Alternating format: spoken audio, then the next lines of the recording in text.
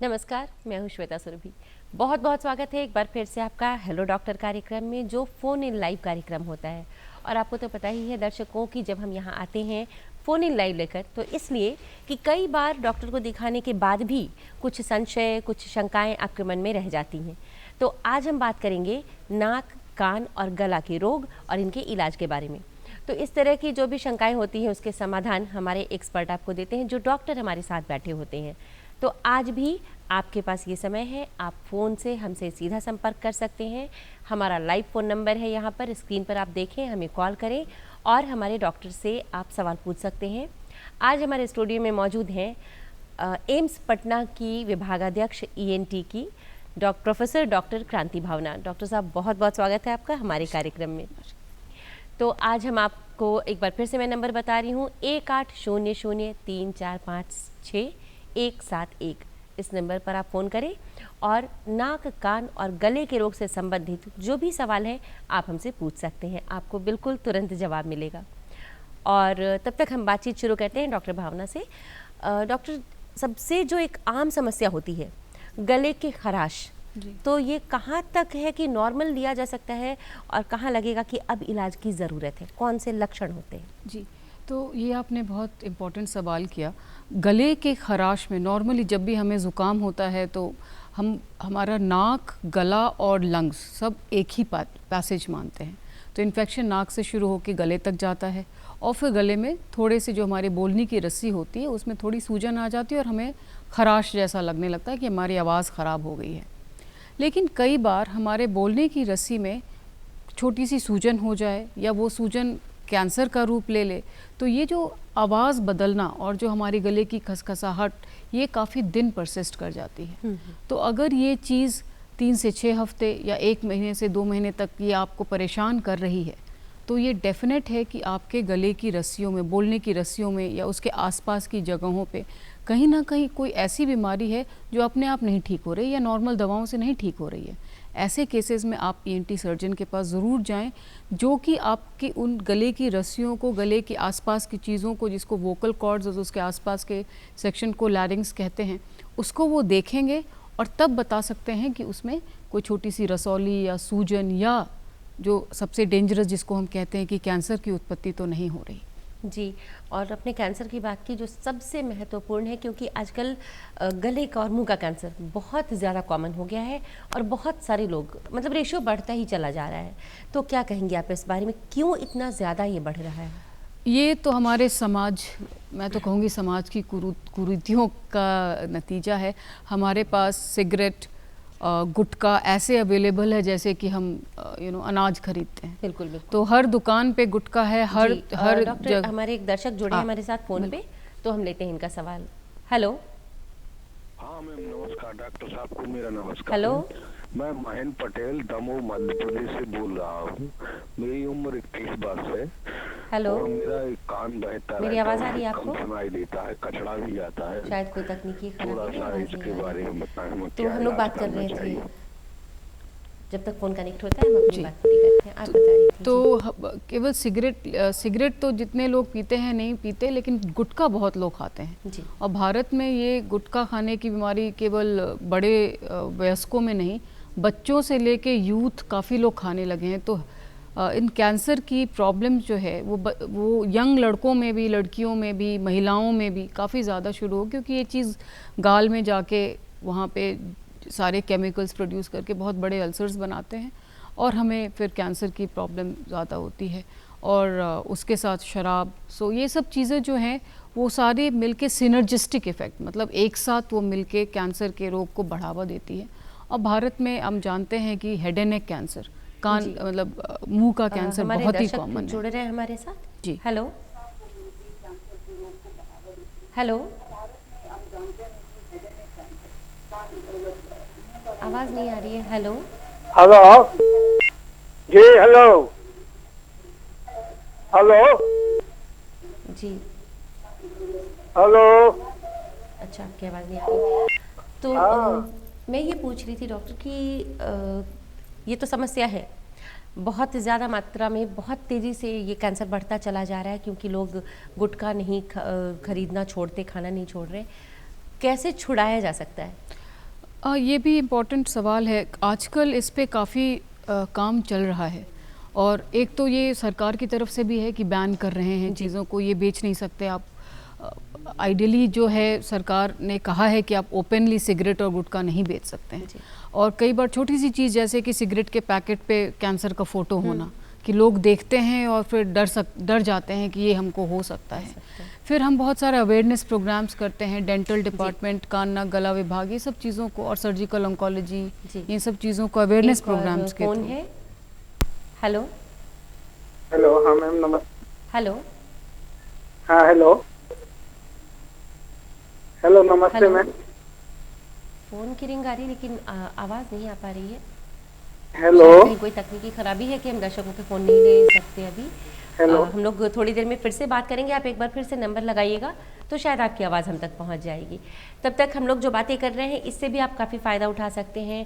हो सकता है आपके सवाल का जवाब हमारे डॉक्टर से बातचीत में ही निकल के आ जाए। तो हम लोग बातें कर रहे हैं कि छुड़ाने के लिए, तो अवेयरनेस के बावजूद लोग नहीं छोड़ते। नशा एक ऐसी चीज़ है जो लोग छोड़ते नहीं हैं, ये सबसे बड़ी बात है। तो क्या इसमें उनकी अपनी इच्छा तो होनी चाहिए? नहीं, तो ये बहुत ज़रूरी है, बिना विल पावर के तो पॉसिबल ही नहीं। लेकिन अब कुछ सेंटर्स, बहुत सारे सेंटर्स, नशा मुक्ति सेंटर्स हैं बिहार में भी, बहुत एक्टिवली चल रहे हैं ये सेंटर्स।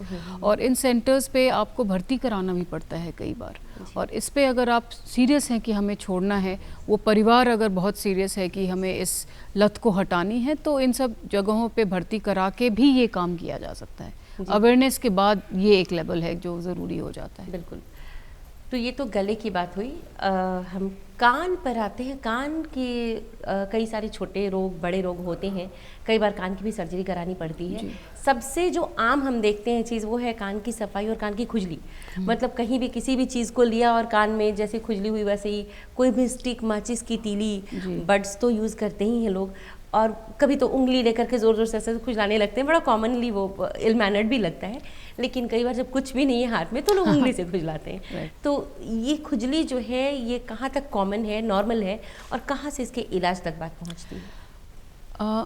तो कान की खुजली जो है वो एक नॉर्मल चीज़ भी है और बीमारी का भी पार्ट है जी। तो एक तो आदत की बात होती है। हम लोग कभी भी एज अ ENT सर्जन कभी भी कान के बड को यूज़ करने की सलाह नहीं देते हैं।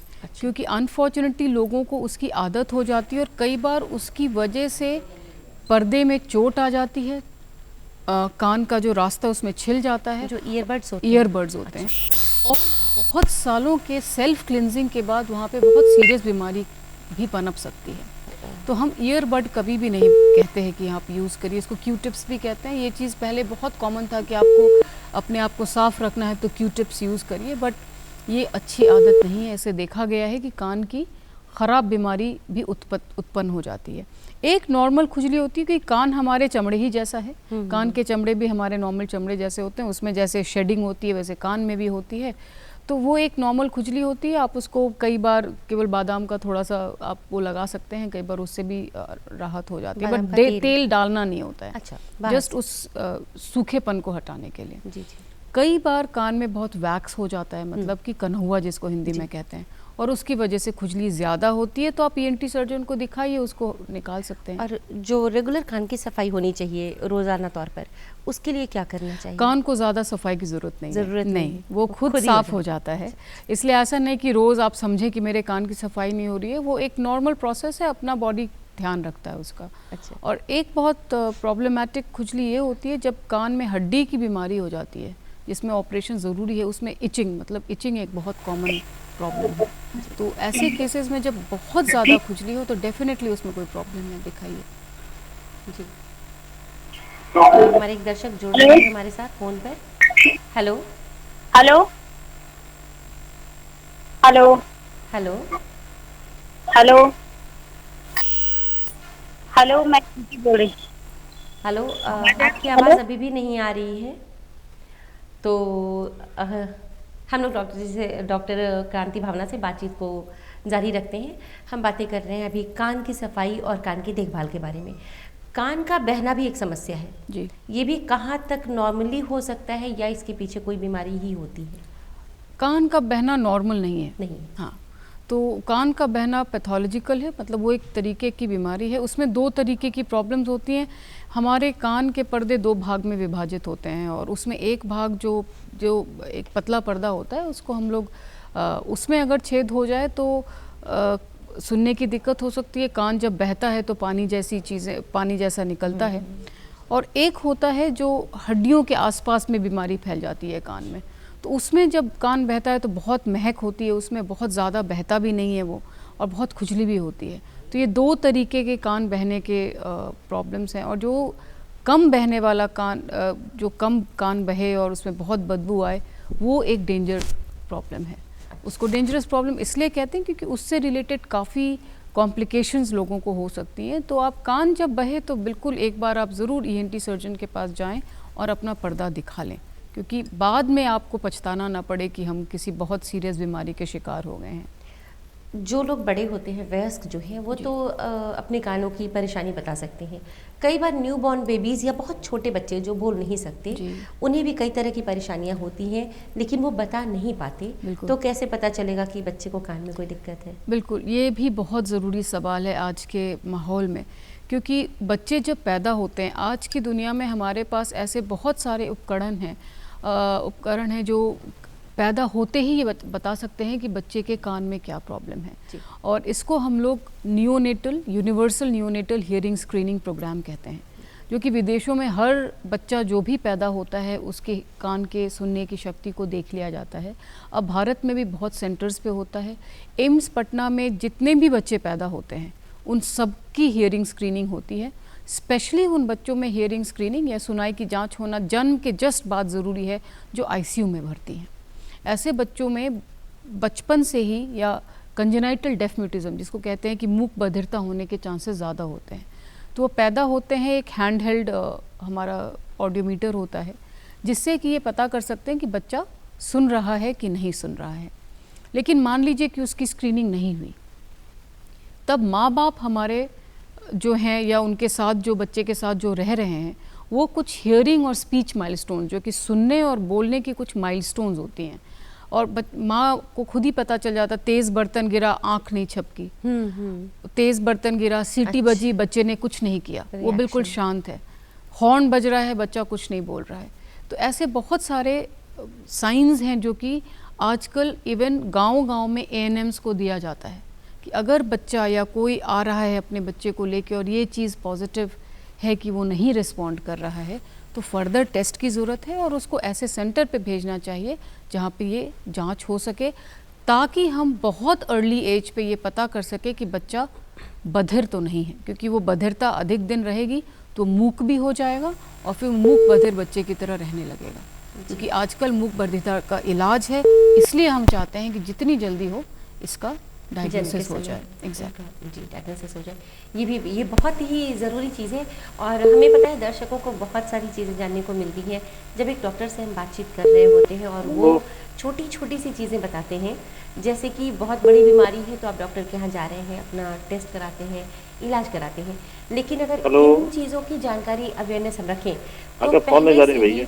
हमें पता रहेगा कि ये छोटी छोटी मुश्किलें हैं जिनसे हम आगे निकल सकते हैं। ये एक बहुत बड़ी बात है। तो एक और चीज़ पर हम बात कर रहे हैं, नाक, कान और गले के रोगों के बारे में। अब आते हैं नाक पर। जी, नाक से जुड़ी जो समस्याएं होती हैं उनमें सबसे एक बड़ी समस्या है सांस लेने की। कई बार सांस लेने में दिक्कत होती है और अस्थमा होता है, साइनस होता है। तो ये भी कहाँ तक लगेगा कि नॉर्मल सांस की प्रॉब्लम है, कम ब्रीदिंग हो रही है, छोटी ब्रीदिंग है, ऐसी कुछ है, और कहाँ वो इलाज? तो हम जब सांस लेते हैं हमारा पहला पैसेज नाक होता है जी, और नाक से सांस लेना हमारा नॉर्मल, कोई भी बच्चा भी पैदा होता है तो वो ऑब्लिगेट, मतलब नाक से सांस लेना उसके लिए ज़रूरी होता है।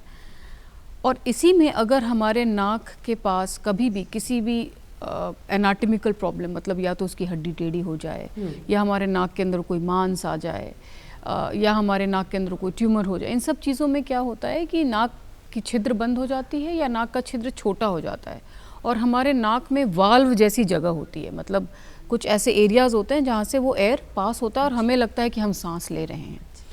तो उन सब एरियाज़ के आसपास कभी भी कोई विकृति आ जाए तो सांस में दिक्कत हो सकती है। दूसरी प्रॉब्लम ये होती है जब हम एलर्जिक होते हैं। हमें किसी भी चीज़ से, धूल, धुआं, धक्कड़, किसी भी एक पर्टिकुलर चीज़ से हम एलर्जिक होते हैं, तो पहला एलर्जन मतलब उस वहाँ से नाक में सबसे पहले पहुँचता है और हमारे बॉडी में एक ऐसे रिएक्शंस पैदा करता है जिससे कि हमारे नाक में बहुत सारा पानी गिरना और बहुत सारे नाक बंद हो जाना, और ये चीज़ धीरे धीरे करके हमारे फेफड़ों को भी इफेक्ट करती है। जो मैंने पहले ही कहा कि ये एक यूनाइटेड एयरवे है, ये एक चीज़ है, नाक और गला, गला और लंग्स। तो जब आप सांस ले रहे हैं और आपको इतनी तकलीफ़ हो जाए कि आपको बार बार मुंह से सांस लेना पड़े, तो एक तो ये है कि नाक का अंदरूनी हिस्सा दिखाना ज़रूरी है। दूसरा है कि आपको एलर्जी हुआ, पहले तो कुछ दिन नाक ही बंद था, अब सांस फूलने लगी, मतलब हमारी धड़कन तेज़ हो जाके सांस में हमें तकलीफ़ होने लगी, तो वो एक प्री एज़मा की प्रॉब्लम हो सकती है। तो वो एक सीरियस प्रॉब्लम होती है। तो इसीलिए हम कहते हैं कि अर्ली अगर हम एलर्जिक राइनाइटिस को ट्रीट करें तो एज़मा भी कंट्रोल होता है।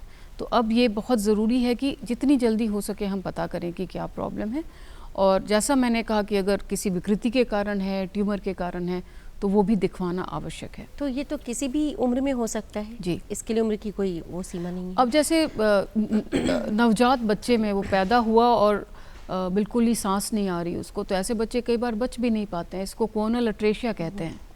अगर दोनों नाक के छिद्र बंद हैं और डॉक्टर को ये अंदाज़ा नहीं है कि उसको क्या करना चाहिए, तो बच्चे को लूज़ कर सकते हैं, तो उसमें इमीडिएटली फिर ट्रीट करना होता है।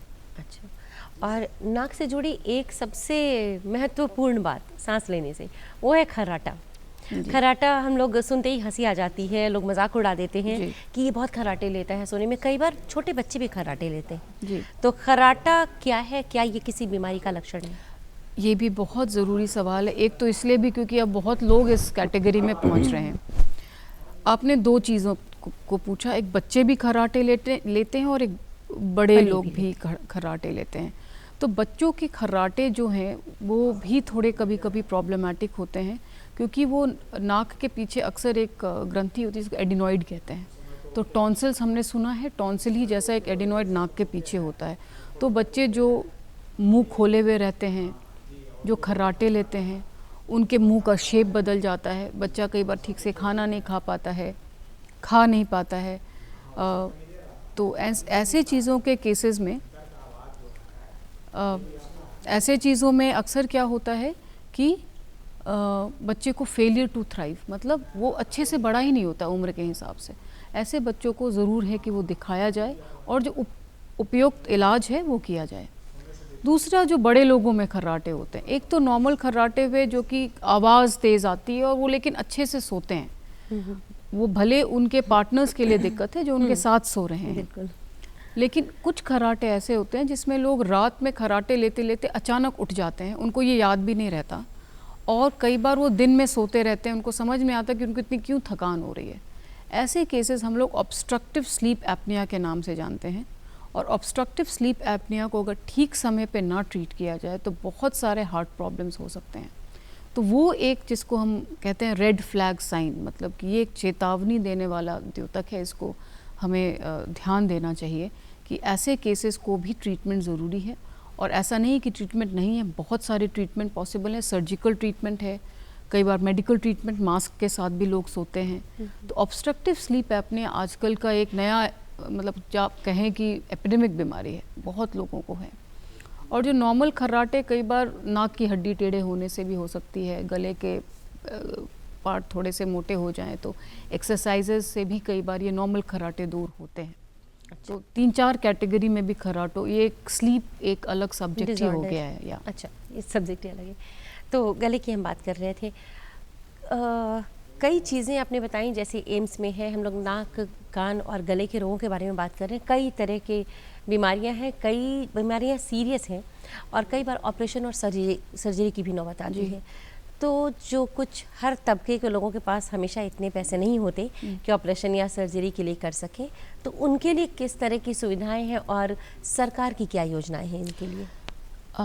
ये भी बहुत ज़रूरी सवाल है, क्योंकि हम एक सरकारी जगह में बैठे हुए हैं, सेंट्रल इंस्टीट्यूट है एम्स पटना, लेकिन एम्स पटना का उस मामले में हम लोग काफ़ी स्ट्रॉन्गली सारे लोगों को हेल्प करने के लिए, मतलब हमारे पास काफ़ी सारी स्कीम्स हैं, और उसमें एक अभी जो सबसे इम्पोर्टेंट स्कीम आयुष्मान भारत है, जिसमें काफ़ी लोग इनरोल्ड हैं।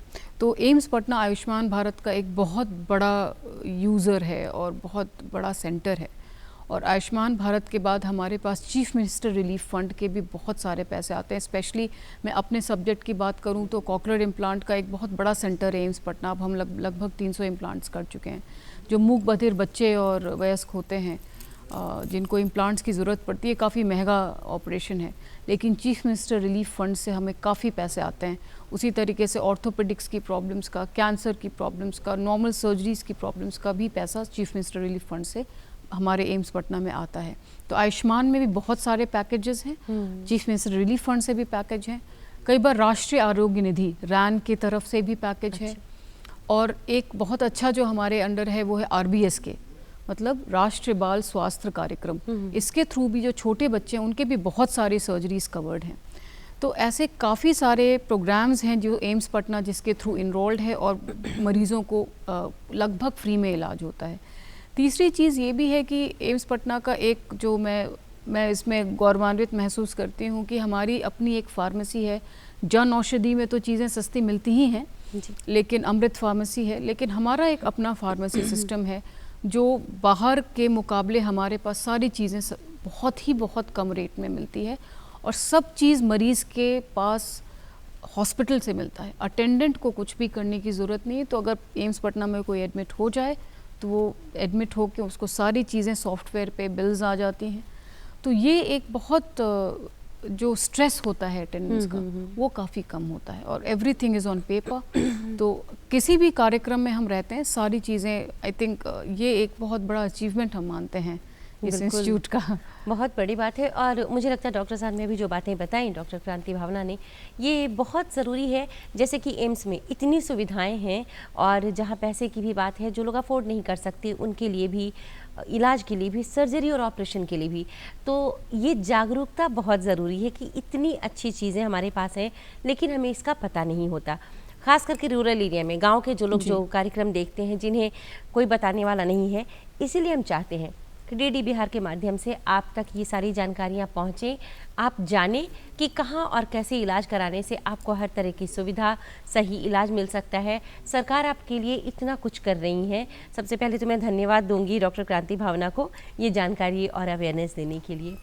एक और सबसे महत्वपूर्ण बात ये कि लोगों को लगता है, ऐसी जानकारी लोगों में है कि जो भी योजनाएं हैं ये सभी BPL यानी गरीबी रेखा से नीचे के लोगों के लिए है। तो मध्यम वर्गीय लोग कहते हैं कि भाई हमारे पास खुद ही इतनी मशक्क़त है, मुश्किल से कमा खा रहे हैं, फिर इलाज के लिए लाखों रुपए हैं। तो ये कहाँ तक सच है? ये तो सच है कि BPL कार्ड वालों को ऑब्वियसली ज़्यादा ये मिलता है, लेकिन आप ये जानिए कि आयुष्मान भारत में भी अब तो ऑलमोस्ट बात सरकार कर ही रही है कि 100% कवरेज करेंगे। तो ऐसा नहीं है कि मध्यम वर्गीय परिवार को उसकी नहीं है। और चीफ मिनिस्टर रिलीफ फंड जैसे हम इम्प्लांट्स करते हैं वो आय के हिसाब से देती है, और मोस्ट ऑफ द टाइम जब काफ़ी महंगा होता है इलाज तो काफ़ी परसेंटेज पैसा सरकार से मिल जाता है। तो ऐसा नहीं है कि वो बिल्कुल मध्यम वर्गीय लोगों के लिए नहीं बना हुआ है। काफ़ी चीज़ें अब धीरे धीरे 100% कवरेज की बात भी सरकार भी कर रही है कि ऑलमोस्ट आप इतना दीजिए, तो उस हिसाब से कुछ एक जो प्लान है अभी ब्रॉडर प्लान। और जैसा मैंने तीसरी बात कहा कि कई, और हमारा अपना भी रेट्स बहुत कम है, तो कई बार मध्यम वर्गीय जो बाहर प्राइवेट में कराएंगे उस हिसाब से अगर हमारे यहाँ कराएं तो काफ़ी सस्ता हो जाता है। काफ़ी सस्ता होगा। और किस तरह की सुविधाएं हैं जो हम एम्स की तरफ से सभी इनको अच्छा, एक चीज़ जो मैं आपको बता ही रही थी कि कई बार होता है कि मरीज़ एडमिटेड हैं और उनका खर्चा बढ़ गया, तो कई बार एम्स भी इसको कवर करता है। अच्छा, हाँ, तो ये चीज़ हमारा जो एडमिनिस्ट्रेशन है इस मामले में हमें बहुत सपोर्ट, क्योंकि हम एज अ सर्जन हमें लगता है कि ये पेशेंट हमारी रिस्पॉन्सिबिलिटी, और अब इसके पास पैसे नहीं हैं, उसको आगे अगर वो ICU में चले गए, ICU का खर्चा अलग होता है। तो कई बार एम्स एडमिनिस्ट्रेशन ने हमें इसको सपोर्ट किया है। सो दैट इज़ ऑल्सो कि हम किसी को ऐसे नहीं छोड़ सकते। और डेस्टिट्यूट्स हैं उसका तो रूल ही है कि आपको फ्री में देखना है, जो जिनका कोई नहीं है उनका एम्स है। ये बहुत ही महत्वपूर्ण बात है, बहुत ज़रूरी बात। और बहुत अच्छा लगा जिस तरीके से आपने बताया कि लोगों को जानकारी नहीं है इस बारे में। बहुत कम लोग जानते हैं कि एम्स में इतनी सारी सुविधाएं हैं, सरकार की तरफ से आपको इतनी सारी सुविधाएं दी जा रही हैं। तो आइंदा जो भी ऐसी परेशानी होगी तो लोग बात कर सकते हैं, पूछ सकते हैं। और जब हम सरकारी योजनाओं की बात कर रहे हैं, इसके बावजूद लोग एक पता नहीं भरोसे की जहाँ बात होती है कि एक किसी बहुत बड़ा ब्रांड नेम है हॉस्पिटल का, तो बीमार हुए नहीं किसी भी तरह के लिए कि हम सबसे पहले बड़े हॉस्पिटल में, बहुत बड़े हॉस्पिटल में लेके जाएंगे तो बहुत अच्छा इलाज होगा। ये एक माइंडसेट बना हुआ है, इस बारे में आप क्या कहेंगे? आपके ये सवाल बहुत ही सोशल माइंडसेट को बताता है। जी। तो देखिए, ये अगर मैं आपसे सच कहूँ तो ये फिर हमारे सिस्टम का फेलियर का निशानी है, इन अ सेंस दैट हम अभी भी डिस्ट्रिक्ट लेवल पे, कम्युनिटी लेवल पे हमें बहुत काम करना बाकी है कि मरीज़ क्यों आए एक नॉर्मल बीमारी के लिए एक बहुत बड़े सेंटर पे, क्योंकि बहुत वो सेंटर, अब जैसे हमारा सेंटर, हम टर्शरी केयर सेंटर हैं, तो नॉर्मल बीमारियां हमारे लेवल पे ना आके हमारे पास ऐसी बीमारियां हैं जिनको ट्रीट करने के लिए जो मैंडेट है हमारा, जो रूटीन बीमारियां वो हमारे प्राइमरी हेल्थ सेंटर और कम्युनिटी हेल्थ सेंटर पे ट्रीट होना चाहिए। और ऐसा नहीं है कि सरकार उसके लिए करती नहीं है, हमारे डॉक्टर्स तो देती है और ऐसे लोग हैं जिसको एक करना और होता सवाल मैं बीच में ज़रूर पूछना चाहूँगी रोग की, कि गले के रोग पर हम बात करते हैं, तो गले के रोग में क्या थायराइड भी आता है? हाँ जी, जी। जी। तो थायराइड अभी बहुत ज़्यादा है, खासकर हाँ, औरतों में जी। और सुनती हूँ कि आजकल बच्चों में भी हो गया जी। तो आप थायराइड के बारे में क्या बताना तो चाहेंगे? थायराइड जो घेक की बीमारी होती है, जो तो उसमें एक तो है कि हार्मोनल इम्बैलेंस हो गया, आपके शरीर में थायराइड हार्मोन का ज़्यादा और कम दोनों में ही प्रॉब्लम होती है और उसको फिर मेडिसिन के द्वारा ठीक किया जाता है। कई बार हमारे गले के आगे सूजन हो जाती है, और गले के आगे सूजन होना दो तरीके की प्रॉब्लम होती है। थायराइड एक जो कि कैंसर नहीं है, और एक जिसमें थायराइड कैंसर हो जाता है। तो ये दोनों की का जो जांच है, कि जो जांचें होती है अल्ट्रासाउंड और सुई की जांचों से पता चलता है, और महिलाओं में ज़्यादा कॉमन है ये, पूरी दुनिया में महिलाओं में ज़्यादा कॉमन है। कई बार डेफिशिएंसी, मतलब हम आयोडीन डेफिशिएंट स्टेट में रहते हैं या कुछ ऐसे, उन सब बहुत सारे कारण हैं जिनसे घेक की इश्यूज़ हो सकते हैं। तो घेक कितना बड़ा है, अगर हम केवल गले के सूजन की बात करें, कितना बड़ा है, कितना ख़राब लग रहा है। कई बार कैंसर नहीं होने के बावजूद भी लोगों को हटाना पड़ता है क्योंकि ये दिखने में ख़राब लगता है कॉस्मेटिक रीजंस की वजह से, और कई बार उसको छोड़ दिया जाए तब उसमें कैंसर की प्रॉब्लम हो सकती है। तो बहुत सारी चीज़ों को दिमाग में रखते हुए उसके बहुत रिस्क स्ट्रैटिफिकेशंस है, मतलब किस में कैंसर हो सकता है और अगर है भी तो उसको कैसे ट्रीट करना चाहिए। तो अगर आपके गले में ऐसी सूजन दिख रही है तो फिर बेटर है कि आप जितनी जल्दी हो सके आप एक सही डॉक्टर से मिलें और सलाह लें। बिल्कुल। डॉक्टर क्रांति भावना हमारे साथ आज हैं और आज हम आपसे बातें कर रहे थे फोन इन लाइव कार्यक्रम में हेलो डॉक्टर में नाक, कान और गले के रोग के बारे में। डॉक्टर साहब, आपका बहुत बहुत धन्यवाद, आपने इतना कीमती वक्त दिया और इतनी अच्छी जानकारियाँ दी। मुझे लगता है अवेयरनेस के लिए इससे अच्छी बातचीत तो और नहीं हो सकती थी। हर मुद्दे पर, हर पहलू पर हमने बात की और मुझे लगता है आपके कई सवालों के जवाब आपको मिल भी गए होंगे इस बातचीत के दौरान। तो अगली बार अगले अंक में आपसे फिर मुलाकात होगी एक नए विषय, नए डॉक्टर के साथ। तब तक अपना ख्याल रखें, स्वस्थ रहें और मुझे दे इजाज़त।